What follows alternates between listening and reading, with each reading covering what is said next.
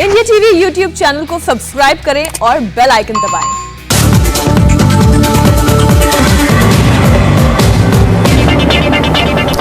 नमस्कार, मैं हूं सौरभ।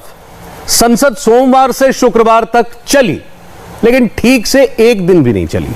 वजह क्या है? मोबाइल। अब ऐसा लगता है कि नरेंद्र मोदी के सारे विरोधी ये तय करके आए हैं कि किसी भी कीमत पर संसद को चलने नहीं देंगे। ये पार्लियामेंट के अंदर हंगामा करते हैं, बाहर आकर भाषण देते हैं, चर्चा, पर्चा और फिर उसके बाद जासूसी पर समय का खर्चा। ममता बनर्जी पिछले 2 दिन से लगातार बैटिंग कर रही थी। आज राहुल गांधी तीसरे नंबर पर बैटिंग करने के लिए उतरे, लेकिन राहुल गांधी की एक बात सुनकर आप भी चौंक जाएंगे। आज बीजेपी के बड़े बड़े नेताओं ने राहुल गांधी के इस वीडियो को खूब घुमाया है और जमकर शेयर किया है। राहुल गांधी ने ऐसा क्या कह दिया जो बीजेपी को पसंद आ गया? इस वक्त मोदी के खिलाफ कौन सी मोबाइल पॉलिटिक्स चल रही है, आइए देखते हैं खास रिपोर्ट। संसद लॉक है। संसद के बाहर सबका मोबाइल फोन ऑन है। सवाल यह है कि जासूस कौन है? मोदी के खिलाफ मोबाइल पर कितने गेम चल रहे हैं? मोबाइल वाली कितनी मनोहर कहानियां चल रही हैं? मोदी के खिलाफ कितने फोन एक्टिव हैं?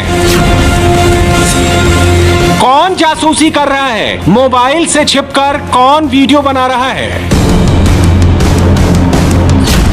राहुल का मोबाइल, राहुल के साथियों का मोबाइल, हर मोबाइल पर पैक्सस का किस्सा चल रहा है। सबके मोबाइल पर जासूसी वाला गेम चल रहा है। मोदी, मोदी विरोधी और मोबाइल।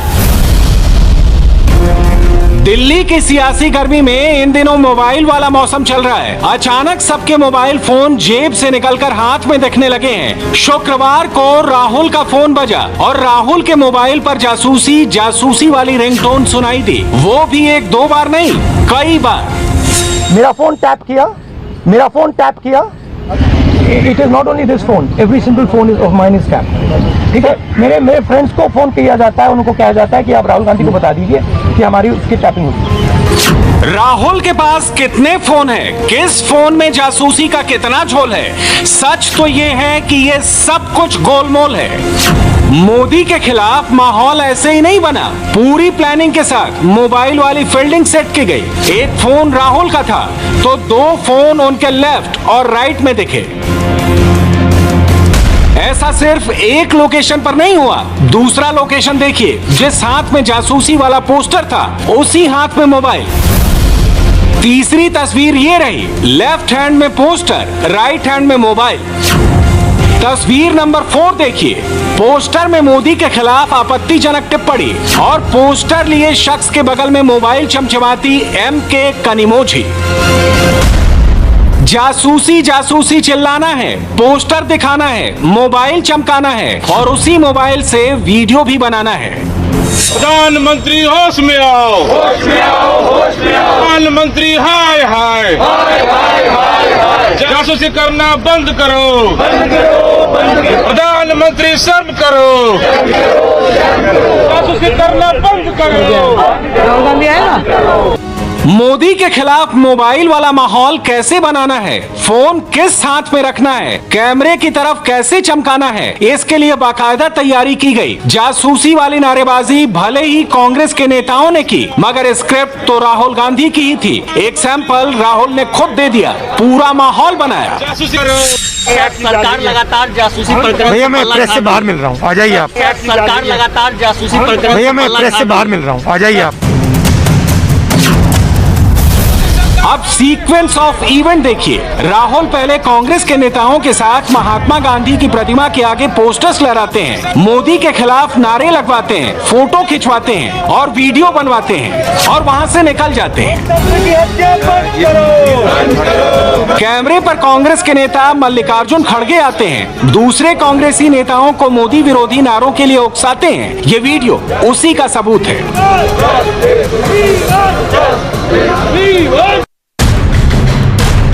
मोबाइल वाले प्रयोग और मोदी विरोध की प्रयोगशाला में आज बहुत कुछ हुआ। राहुल ने एक नहीं कई सारी मनोहर कहानियां सुनाई। राहुल की हर कहानी में जासूसी और उनके फोन का नया कनेक्शन मिला। सब में मोदी का जिक्र हुआ। हम वो सारी कहानियां भी आपको सुनाएंगे, मगर सबसे पहले राहुल का वो बयान जो सोशल मीडिया पर ट्रेंड हुआ। राहुल ने 9 सेकंड में कुछ ऐसा कहा जिसे बीजेपी ने हर प्लेटफॉर्म पर तेजी से घुमाया। राहुल का यह कहना कि अगर आप भ्रष्ट हैं तो मोदी से आपको डर लगेगा, सबके मोबाइल पर पहुंचा। अगर आप भ्रष्ट हैं, अगर आप चोर हैं, आपको डर लगेगा, मोदी से आप डरोगे। अगर आप भ्रष्ट नहीं हो, अगर आप चोर नहीं हो, मोदी से आपको बिल्कुल डर नहीं लगता, हंसी आती है। सिंपल सी बात है। अगर आप भ्रष्ट हैं, अगर आप चोर हैं, आपको डर लगेगा, मोदी से आप डरोगे। अगर आप भ्रष्ट नहीं हो, अगर आप चोर नहीं हो, मोदी से आपको बिल्कुल डर नहीं लगता, हंसी आती है। सिंपल सी बात है। वैसे राहुल ने ये कहने से पहले भी कुछ बोला था जो वायरल नहीं हुआ। राहुल ने ये बातें तब कही जब उनके फोन के इस्तेमाल को लेकर एक सवाल पूछा गया, इसलिए 9 सेकंड के इस बयान को पूरे पर्सपेक्टिव में भी समझना होगा। और आपको क्या डर लगता है फोन इस्तेमाल करते हुए? नहीं, देखिए, खुली किताब, मुझे कोई फर्क नहीं पड़ता। Rahul ji, sir on what? देखिए, सिंपल सी बात है, इंडियन पॉलिटिक्स को आप समझना चाहते हैं। अगर आप भ्रष्ट हैं, अगर आप चोर हैं, आपको डर लगेगा, मोदी से आप डरोगे। अगर आप भ्रष्ट नहीं हो, अगर आप चोर नहीं हो, मोदी से आपको बिल्कुल डर नहीं लगता, हंसी आती है। सिंपल सी बात है। मोदी विरोधी अब ये फैला रहे हैं कि राहुल के इस बयान को काट छांट के वायरल कराया गया, मगर ये तो फैक्ट है। भ्रष्टाचार के खिलाफ मोदी बहुत सख्त हैं और जो पाक साफ है उसे डरने की क्या बात है। मोदी तो खुद भी कई बार ये बात कह चुके हैं। किसी को आपसे डरने की जरूरत नहीं है। कुछ लोगों को तो डरना पड़ेगा। देश को लूटने वाले, उनको डरना पड़ेगा। अन्याय करने वालों को डरना पड़ेगा। और मैं ये बात कहने से डरता नहीं हूं।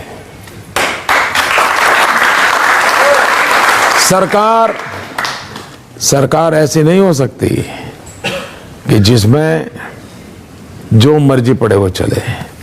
कानून का राज होना चाहिए, लोगों को सुरक्षा का एहसास होना चाहिए, लोगों को अपने जीवन जीने का भरोसा होना चाहिए। ये नहीं है, यही तो मुसीबत है। और नहीं है, उसका कारण है न कानून का डर है, न व्यवस्था का डर है, न अफसर का डर है। आपको घर में भी कुछ तो डिसिप्लिन रखनी पड़ती है, और डिसिप्लिन रखना गुनाह है तो भारत की भलाई के लिए वो गुनाह भी मुझे मंजूर है। अब वापस राहुल एंड कंपनी के मोबाइल पर लौटते हैं और फोन टैपिंग को लेकर राहुल ने जो कहानियां सुनाई उसकी बात करते हैं। राहुल ने शुरुआत ही मोदी पर डायरेक्ट सियासी अटैक से की। अमित शाह का इस्तीफा तक मांग लिया। हमारे प्रधानमंत्री ने और होम मिनिस्टर ने इस हथियार को हिंदुस्तान के इंस्टीट्यूशंस के खिलाफ, हिंदुस्तान के लोकतंत्र के खिलाफ इसका प्रयोग किया है। मेरा फोन टैप किया, ये मेरी प्राइवेसी का मामला नहीं है, ये राहुल गांधी की प्राइवेसी का मामला नहीं है।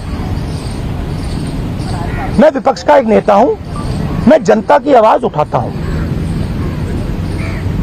ये उस पर आक्रमण है। तो नरेंद्र मोदी जी ने इस हथियार को हमारे देश के खिलाफ यूज किया है। होम मिनिस्टर को इस्तीफा देना चाहिए और judicial inquiry, supreme court inquiry Narendra Modi पे होनी चाहिए। राहुल की मोदी विरोध वाली पूरी पॉलिटिक्स आज फोन के इर्द गिर्द घूम रही थी। राहुल ने एक मोबाइल फोन नहीं, अपने कई फोन्स की टैपिंग का दावा कर दिया।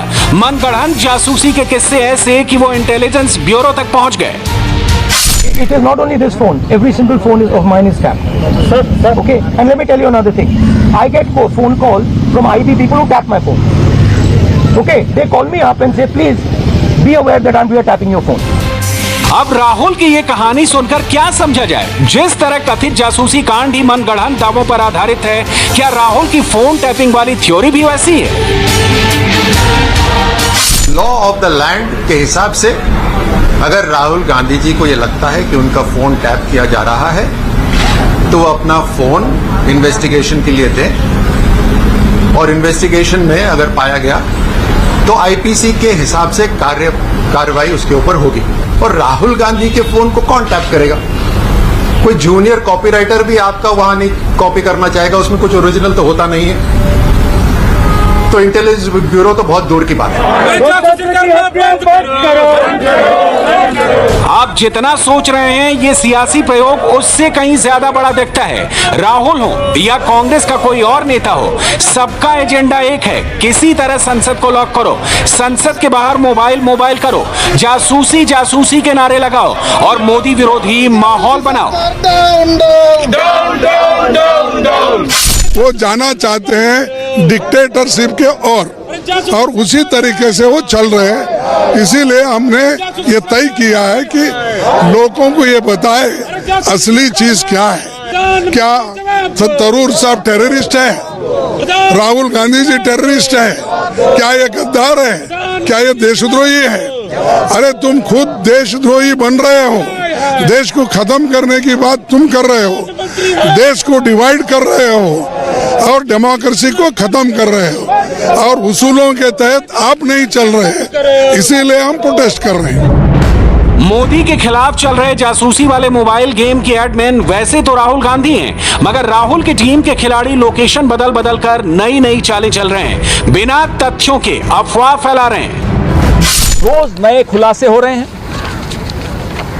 कभी पत्रकारों के, महिला पत्रकारों के फोन उनके कैमरा में घुस जाना, ये छोटी बात नहीं होती। सबके कैमरा में सरकार ने अपना जासूसी स्पाईवेयर डाल दिया और उनकी तमाम गतिविधियों पर नजर रखी जा रही थी। मोदी जी और अमित शाह जी, हम दो और हमारे वो जो ये जासूसी उपकरण देते हैं, और कुछ नहीं। संसद के भीतर विपक्षी पार्टियों के शोर शराबे की वजह से काम ठप पड़ा है। हर रोज दोनों सदनों की कार्यवाही स्थगित हो रही है और संसद के बाहर मोबाइल लहराकर और मनोहर कहानियां सुनाकर सबको कंफ्यूज किया जा रहा है। शायद इसलिए जब राहुल से संसद के भीतर हो रहे सियासी नोकझोंक पर सवाल पूछा जाता है तो वो सवाल खत्म होने से पहले ही हाथ जोड़कर निकल लेते हैं। आप लोग संसद सतत चलने नहीं देना चाहते हैं सर, इसीलिए बार हंगामा कर रहे हैं। वो कह रहे हैं कि उनकी इकलौती एक स्ट्रैटेजी ये रहती है कि किसी भी कारणवश से, चाहे वो कारण पैदा करना पड़े, मैन्युफैक्चर करना पड़े, पार्लियामेंट को न चलने दिया जाए। अब इस सियासत की क्रोनोलॉजी समझिए। 2 दिन लगातार बैक टू बैक दीदी ने कोलकाता से प्लास्टर वाला मोबाइल दिखाया और आज राहुल एंड कंपनी ने भी अपना मोबाइल बाहर निकाला।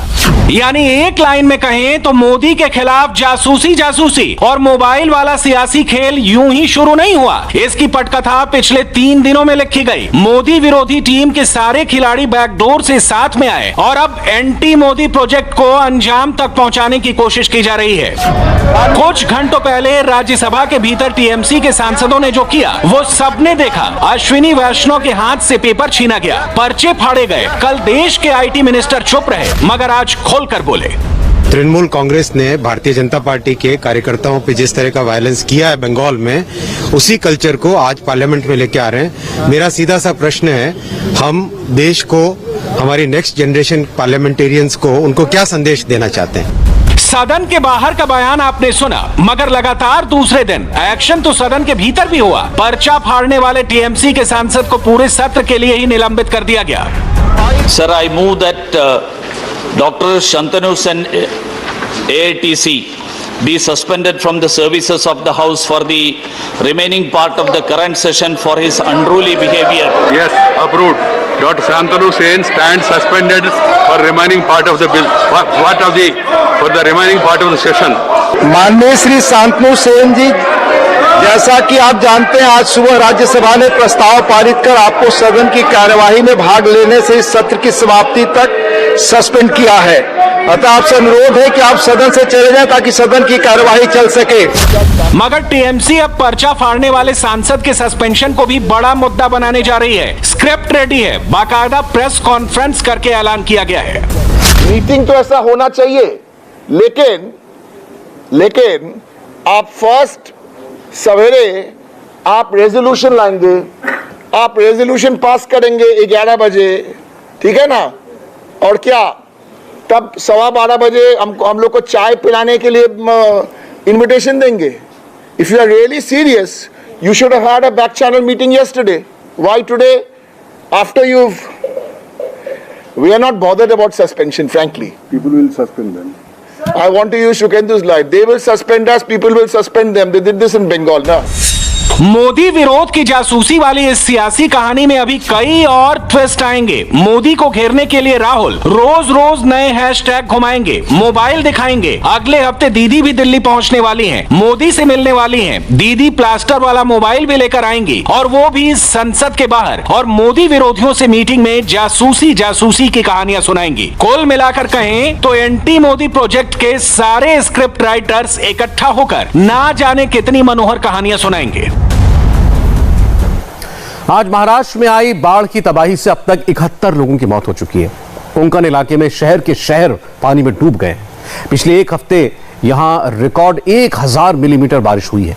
भारी बारिश की वजह से रत्नागिरी, रायगढ़, सतारा और चिपलून ऐसे शहर बाढ़ के अंदर डूब चुके हैं और खतरा अभी तक टला नहीं है, क्योंकि अगले 72 घंटे भी बहुत भारी हैं। इस वक्त महाराष्ट्र के 14 जिले बाढ़ की चपेट में हैं।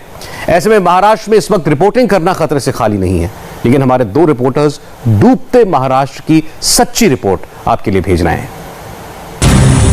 महाराष्ट्र के रायगढ़ से लेकर रत्नागिरी तक इतना पानी कहां से आया कि लोगों को अपने घरों तक पहुंचने के लिए रस्सियों का सहारा लेना पड़ रहा है। ये कोई दरिया नहीं है, कोई तालाब नदी भी नहीं है, ये रत्नागिरी का एक रिहायशी इलाका है, लेकिन इलाके के सारे मकान पानी में डूब गए हैं। अपनी जिंदगी बचाने के लिए लोग एक दूसरे की मदद रस्सी के जरिए कर रहे हैं। कोई हादसा ना हो इसलिए टायर की ट्यूब पर बैठकर रास्ता पार कर रहे हैं। ये सिर्फ किसी एक जगह का हाल नहीं है, पूरे इलाके में ऐसी कोई जगह नहीं बची जो पानी में डूबी ना हो। मकान, दुकान, कार, बाजार, खेत, खलिहान सब बाढ़ में समा गए। शहर की सड़कें हो या गांव का पगडंडी, सब के सब दरिया बन गए। चिपलून के मारकंडी इलाके में है और बाढ़ की तबाही की तस्वीरें हम आपको इस वक्त दिखा रहे हैं। कई गाड़ियां यहां पर उल्टी पलटी हुई हैं और सिर्फ गाड़ियां ही नहीं, छोटे छोटे कार नहीं, बड़े बड़े ट्रक्स जो हैं वो यहां पर उलट गए हैं। कई ट्रक्स जो हैं वो बह के चले आए हैं यहाँ पे। कई गाड़ियां जो हैं वो आपको इस छोटे से नाले में पड़ी हुई नजर आ रही हैं। ये बड़ा ट्रक जो है वो यहाँ पर कहीं से बह के आया है। आप समझ सकते हैं कि पानी का जो वेग रहा होगा, रफ्तार रही होगी, वो कितनी तेज रही होगी। यहाँ पे ये देखिए दूसरी तरफ जो नाला है उसमें टेम्पो बह के चला आया है।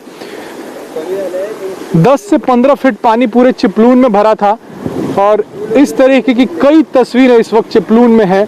यानी कि जनजीवन पूरी तरीके से पटरी पर आने में काफी वक्त लगने वाला है। ये तस्वीर है। आगे हमने देखा कि कई गाड़ियां, जो ये रेजिडेंशियल कॉलोनी है वहां पर लोगों की गाड़ियां जो है वो नाले में जा धंसी हैं। ये तस्वीर देखिए, कार भी है और पिकअप वैन दोनों यहाँ पे फंसा हुआ है। ये पूरी सोसाइटी जो है वो कल पानी में डूबी थी। एक मंजिला से ऊपर तक पानी जो है वो पहुंच गया था। ये तस्वीरें अपने आप में गवाह हैं, तस्दीक करती हैं कि किस तरीके से बाढ़ ने तबाही मचाई। ये कार देखिए, नाले में बह के ये कार जो है वो यहाँ तक पहुंच गई है। एकाएक 3 घंटे तक, कल सवेरे 5 बजे से 8 बजे तक ये पानी जो है वो चिपलून में भरा और सड़क के दोनों तरफ भारत पेट्रोलियम का ये जो टैंकर है उसकी हालत देखिए, वो कहीं से बह के यहाँ तक पहुँचा है। अलग अलग तस्वीरें जो हैं वो बता रही हैं कि बाढ़ ने कल कितनी तबाही मचाई, किस तरीके से यहाँ पे लोग जो हैं वो परेशान हुए हैं। सवाल यह है कि महाराष्ट्र के इस इलाके में इतनी बाढ़ कहां से आई, कैसे आई? कहने को तो यह भारी बारिश का अंजाम है, लेकिन इसके पीछे इंसानी साजिश को समझना जरूरी है, वरना सैलाब का यह सच कभी आपके सामने नहीं आ पाएगा। भारी बारिश के अलावा वो कौन कौन सी इंसानी वजह है जिसने रत्नागिरी, चिपलून, सिंदूर और रायगढ़ के लाखों लोगों को बाढ़ में डुबो दिया? चिपलून में आई बाढ़ की विभीषिका की एक और तस्वीर। इस वक्त हम स्टेट ट्रांसपोर्ट डिपो में मौजूद हैं और तस्वीरें जो यहां से कल आई थी उसमें दिख रहा था कि पूरी की पूरी बस जो है वो डूबी है। उसी एसटी बस डिपो पे इस वक्त हम मौजूद हैं और अभी भी इतना पानी यहाँ पे मौजूद है कि बसेस जो है वो यहाँ पर नहीं चल सकती हैं। यहाँ पर हमने देखा तकरीबन 2 दर्जन से ज्यादा बसेस जो हैं अलग अलग हिस्से में इस डिपो के फंसी हुई हैं, पूरी तरीके से जलमग्न है। कल स्थिति और भयावह थी जब पूरा का पूरा बस जो है वो यहाँ पे डूबा था। उस तरफ पेट्रोल पंप है, वो भी आपको इस वक्त डूबा हुआ नजर आएगा। यानी कि ये जो पूरा इलाका देख रहे हैं जहां इस वक्त मैं खड़ा हूं, कल खड़ा नहीं हो सकता था क्योंकि यहाँ पे 15-17 फीट पानी जो था वो मौजूद था। हालांकि पानी अभी निकला है, लेकिन कई सारे बसेस में पानी घुस गया, जिसके वजह से बसेस यहां से हिलाई भी नहीं जा सकती। इसे यही वजह है कि कई बसेस आपको यहां पर खड़ी दिख रही हैं। लेकिन सबसे पहले यह समझिए कि आज आसमानी आफत से महाराष्ट्र ने क्या क्या खोया। भारी बारिश की वजह से पूरे महाराष्ट्र में अब तक 71 लोगों की मौत हो चुकी है। अकेले रायगढ़ जिले में लैंडस्लाइड से 39 लोगों की मौत हुई है। इनमें तलाई एक ऐसा इलाका है जहां सबसे ज्यादा 37 लोगों ने अपनी जान गंवा दी। जमीन खिसकने की एक और घटना सतारा जिले में हुई। यहां के पाटन इलाके में लैंडस्लाइड से 14 लोगों की जान चली गई। वशिष्ठी नदी उफान पर है, मतलब साफ है चिपलून पर खतरा अभी टला नहीं है।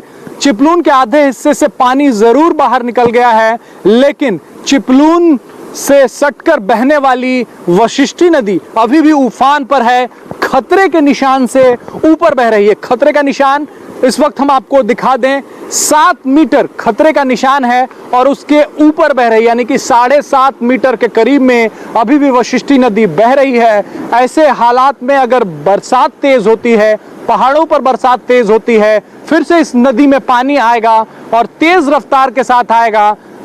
जिस तेज रफ्तार ने यहाँ के कई ब्रिज वो तेज रफ्तार पानी अपने साथ कई ब्रिज पुल लेके चली गई है और पूरे चिपलून में एक तरीके से बाढ़ के जैसी की स्थिति पैदा करती थी, वो हालत फिर हो सकती है, क्योंकि अभी भी वशिष्ठी नदी खतरे के निशान से ऊपर बह रही है और मौसम विभाग ने चेतावनी दी है कि बरसात अभी होगी रत्नागिरी और रायगढ़ के इलाकों में। पूरे इलाके में एनडीआरएफ, एसडीआरएफ और नौसेना टीमें रेस्क्यू ऑपरेशन चला रही हैं, जिससे अब तक 27 लोगों की जान बचाई गई। लेकिन दिल दहला देने वाली तस्वीरें रायगढ़ से आई, जहां पहाड़ी का एक बड़ा हिस्सा 35 मकानों पर गिरा, जिसमें 37 लोगों की मौत हो गई। पानी से सबसे ज्यादा तबाही रत्नागिरी के चिपलून में आई हुई है। पूरे इलाके में पानी 15 से 20 फीट तक जमा हो चुका है। एक इलाके में चट्टान गिरने की वजह से 17 लोगों के फंसे होने की आशंका है। लोगों की मदद के लिए हेलीकॉप्टर से रेस्क्यू ऑपरेशन चलाया जा रहा है। सवाल यह है कि रत्नागिरी और आसपास के इलाकों में बाढ़ का यह सैलाब कैसे आया, जबकि इस इलाके में पानी मैनेजमेंट करने के लिए कई बांध बनाए गए हैं। भौगोलिक नजरिए से देखा जाए तो पहाड़ी इलाके में ऊंचाई पर बसावट भी है और समंदर भी नजदीक है, जिससे बारिश का पानी नदियों से बहकर समंदर तक पहुंचता है। लेकिन इसके बावजूद भी पूरा इलाका पानी में डूबा हुआ है। सब जगह शोर यह है कि भारी बारिश ने रत्नागिरी, सतारा, रायगढ़ और चिपलून को बाढ़ में डुबो दिया। लेकिन इस भारी बारिश के शोर में शायद आपने कोलकेवाड़ी डैम का नाम नहीं सुना होगा। ये वही डैम है जिसकी वजह से आज रत्नागिरी का चिपलून शहर पानी में डूबा हुआ है।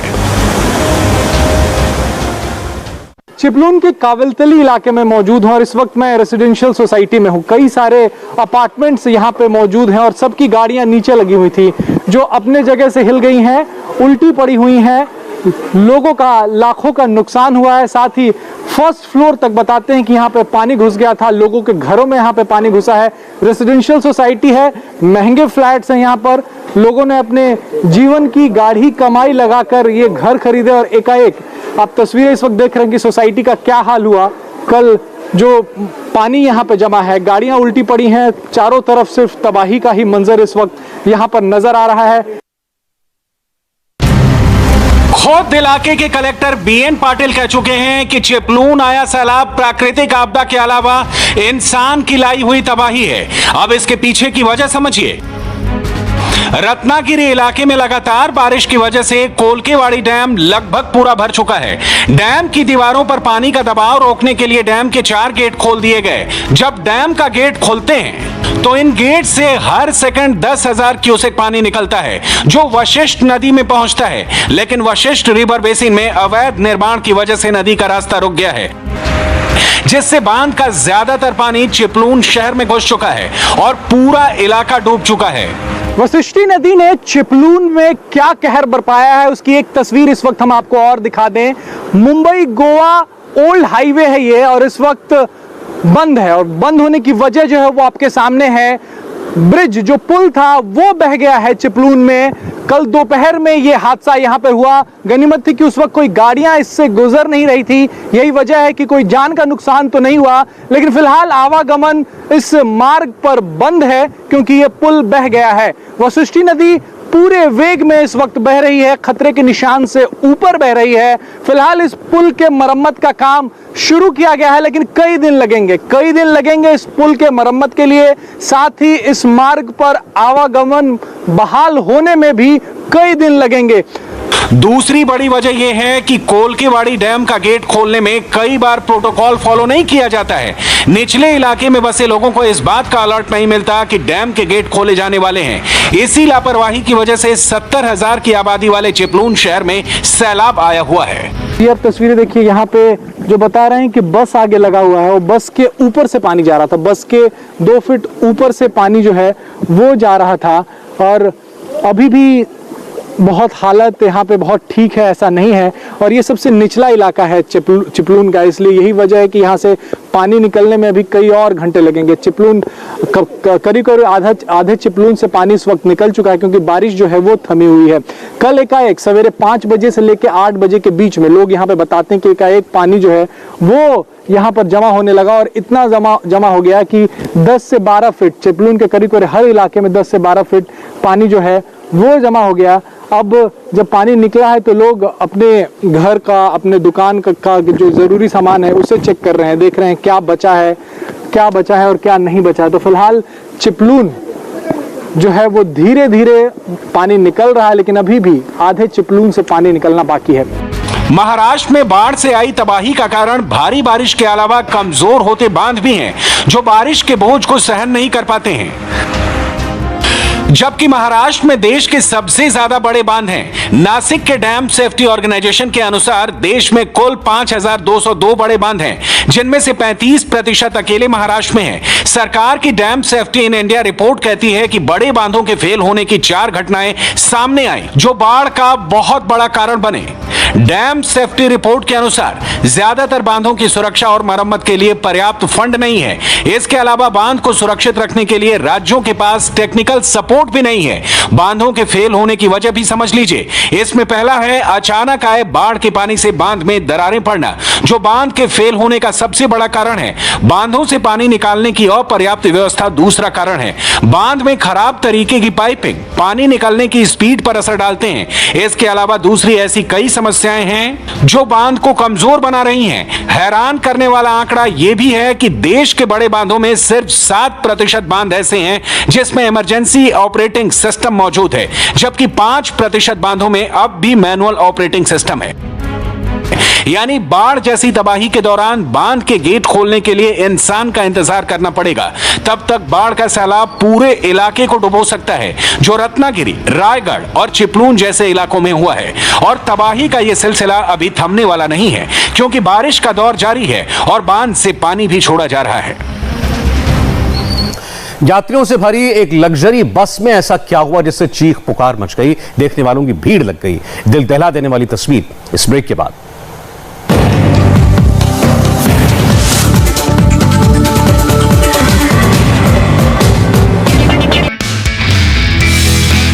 नमस्ते, मैं हूं मीनाक्षी जोशी। वीडियो और खबरों से अपडेट रहने के लिए India TV YouTube channel subscribe करें, बेल आइकन दबाना ना भूलें। जुड़े रहें इंडिया टीवी के साथ।